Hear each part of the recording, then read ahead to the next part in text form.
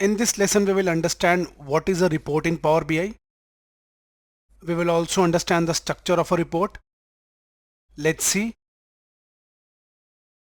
So till now we have created some reports in Power BI. If you remember, we added some pages to the reports.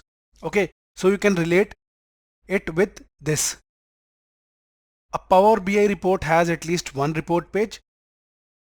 So in some of the projects we added a single page and in some we added multiple pages. Okay, reports can have multiple pages. Consider that each and every page is having a report object. So we added some visuals to our pages. Consider them as report objects. Okay, you can also relate it with an Excel worksheet. Just like we added a page, we can also delete it. We can rename the pages and we can also change its position just like we do in Excel. If you are creating a report, it should also have the first page as a summary.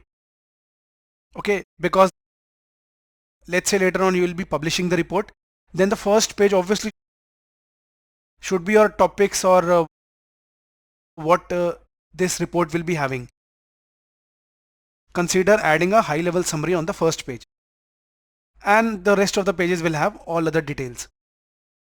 As I said before, a single report can have multiple pages. We can change the page size, the page background and information and other stuff.